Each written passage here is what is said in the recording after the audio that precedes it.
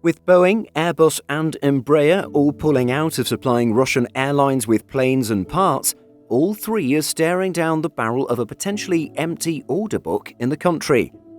While the length of time Russia will be under sanctions remains unknown, history has shown what the impact of such moves could be. Let's take a closer look at the full longer-term ramifications of sanctions against Russia from an aviation perspective. Let's take Iran as a case study. The nation has been under sanctions on and off since 1995, preventing manufacturers from providing new planes or parts for existing aircraft to any operators in the country. As such, Iran's aviation industry has been limping along with a motley collection of old and unusual aircraft, an avgeek dream, but not the best for airline efficiency or operational reliability. When the sanctions were lifted in 2015, Iranian airlines signed a flurry of orders to renew their aging fleets. By 2016, deals had been signed relating to 100 Airbus jets, 80 Boeing aircraft, and 40 ATR turboprops. Unfortunately for these customers, only 11 aircraft were delivered before 2018, when sanctions were reapplied as the US withdrew from the nuclear deal. Although the situation with Russia is very different from Iran's, there are some parallel similarities. Both Airbus and Boeing have a significant number of orders in place with Russian airlines, and both could be forced to find alternative customers for their planes if the sanctions last for an extended period. So what kind of exposure are we looking at for these plane makers? To answer this, let's look at data from chaviation.com. It should be noted that this does not account for aircraft ordered by lessors for delivery to Russian airlines, only those placed directly. Data shows that Boeing has outstanding direct orders for 42 aircraft sitting with Russian airlines right now. These include 6 777-200Fs for air bridge cargo and 36 737 MAX 8s destined for UT Air, Ural Airlines and S7 Airlines. Airbridge Cargo, or ABC, is an offshoot of outsized cargo specialist Volga Dnepr. The main branch of the cargo airline uses Antonov and Ilyushin aircraft for its operations, but ABC flies Boeing's. The group expressed an interest in the 777 platform back in 2018. In 2019, it firmed up an order for 9 777-200Fs. The first of these was delivered to ABC in August 2020.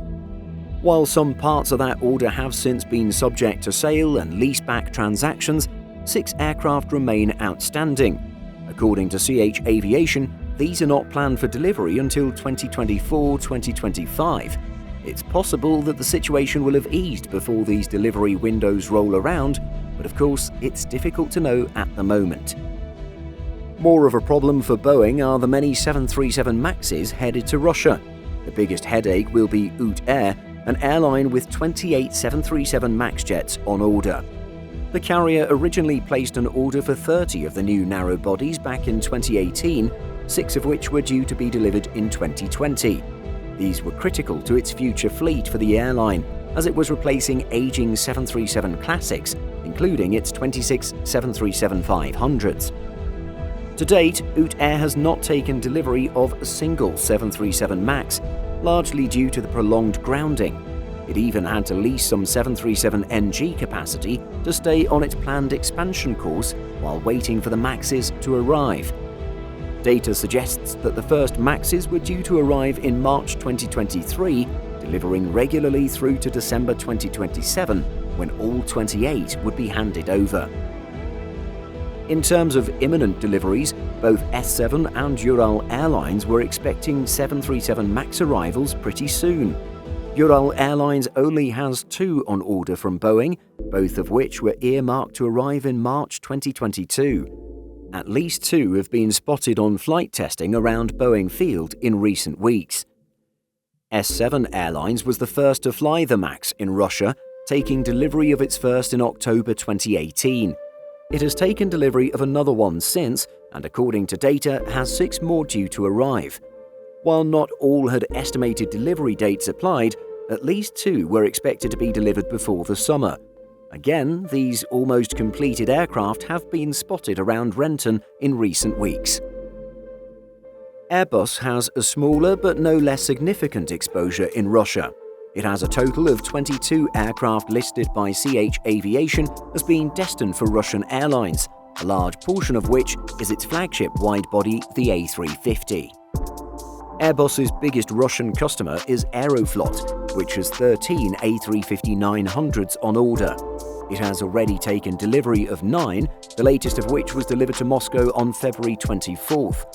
While there are no delivery dates listed for the outstanding aircraft, AIB Family Flights notes MSN 471 has been undergoing flight testing ahead of its planned delivery. On the narrow-body side, the popular A320neo family has some outstanding Russian orders. S7 Airlines appears here again, with deals for 4 planes, 3 A321LRs and 1 A320neo. No delivery date has been indicated for these. The other narrow-body customer is Smart Avia, which is expecting 3 A320neos. These should have been delivered in the early part of this year. One was delivered in February, joining the 3 that were already in the Smart Avia fleet. 2 are noted to have been well on the way to delivery date, with MSN 10791 taking its first flight on March 1st and MSN 10786 on February 18th. Again, CH Aviation data does not show orders that have not been firmed up, nor those placed through lessors. According to reporting at IFN News, the Lufthansa Group could be waiting in the wings to take over some of these undelivered aircraft. At a press conference earlier this month, the group CEO Carsten Spohr confirmed that the group is in talks with aircraft manufacturers regarding additional deliveries. Of particular interest to the Lufthansa Group are the Airbus A350s initially destined for Aeroflot. Alongside this, Lufthansa Cargo is reported to be interested in additional 777 freighters, potentially signalling a desire to take on the aircraft destined for Volga-Dnieper. Although we started this video by drawing parallels between Russia and Iran, there's one crucial factor that differentiates these nations and their aviation industries. Russia makes its own planes and has done so for years. Iran, although it regularly eyes production of commercial aircraft, has yet to produce anything viable. As such, Russian airlines have an option on the table that was not available for Iranian airlines, and that's to simply fly Russian planes. Outstanding orders are in place for hundreds of SSJ-100s from carriers including Rossiya, Red Wings, Azimuth and more. Then there are hundreds of MC-21s also on order, including for Aeroflot, Aero, Red Wings and others. Also in the mix are 19 Ilyushin IL-114-300s from Aurora. But there are a few problems with this. Let's start with the big one. All but one of these aircraft are not completed or ready to be delivered yet. The IL-114-300 is a resurrected version of a 3-decade-old turboprop that never sold well in the first place. Russia's United Aircraft wanted to modernize and revive the design, pitting it against the competitors in this space from DHC and ATR. Originally, the idea was to move part of the Dash 8-400's production to Russia to supply Russian airlines with the plane. However, after talks ended following the annexation of Crimea, Russia took matters into its own hands. Last year, United Aircraft began flight testing the first prototype of the IL-114-300. It said that it was hoping for certification in 2022, but that's now looking increasingly unlikely. Even if it does begin delivering before the end of the year, the output of the serial production plant is only planned to be around 12 aircraft per year. The MC-21, again, is not certified yet. It's been undergoing a rigorous testing process, most recently undertaking cold soak testing in Yakutsk.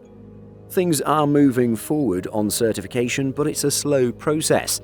Russia has previously said it would aim for 20 aircraft per year, but more recently updated this to an annual rate of 36. The second big problem is that only one of these aircraft would go any distance towards filling the hole in the order book from the loss of Boeing and Airbus. Both the SSJ and the IL-114 are very much regional flyers, with only the MC-21 being capable of big trans-Russia routings. All in, 45 narrow-body jets are going to be missing from Russian fleets. Even if everything goes precisely to plan for United Aircraft, it'll be some time before it gets production up to 36 planes a year. That means these airlines could be waiting many years for a Russian alternative. On the wide-body side, there is no alternative, so Aeroflot will be forced to fly what it has right now for the time being. Ultimately, however, the lost wide-bodies probably won't be needed for a while. Russia is increasingly being cut off from the rest of the world, with nations all over the globe slamming their doors on the country's airlines. Although some international connections remain, places for Russian airlines to fly long-haul are becoming fewer by the day. Russia itself has a robust domestic aviation scene, as was witnessed during the worst of COVID. As the rest of the world stayed home and stopped traveling, Russian airlines were flying as much, if not more, than they did pre-COVID. Indeed, by mid-2020, Aeroflot boasted a complete recovery of domestic traffic, exceeding pre-COVID levels in some markets. Although Russians love traveling internationally, the reduction of options saw passengers heading for staycations in their droves. Russia boasts some impressive homegrown resorts, including Sochi and Anapa on the Black Sea. Nevertheless, the elephant in the room for all Russian airlines is the lack of ongoing support from their plane manufacturers. Although around one-third of Russia's commercial fleet is homegrown, most are small airplanes, not designed to go long distances. The two-thirds that Airbus, Embraer and Boeing provide remains critical to all of Russia's airlines. Once these planes hit their next service interval or experience an unexpected maintenance issue, airlines are in trouble. While there may be a small stockpile of spare parts right now, that reserve won't last long. When this stockpile is exhausted, Russian airlines will have to turn to cannibalization of their fleets in order to keep at least some airplanes flying. It's tough times for Russian aviation, but far tougher for those who are suffering at the hands of Putin's war machine. For everyone involved, a swift resolution is the best possible outcome right now. What do you think about the situation in Russia and the future of the country's airlines? Let us know in the comments. Simple Flying publishes over 150 articles every week. If you're looking for the latest aviation news and insights, visit simpleflying.com.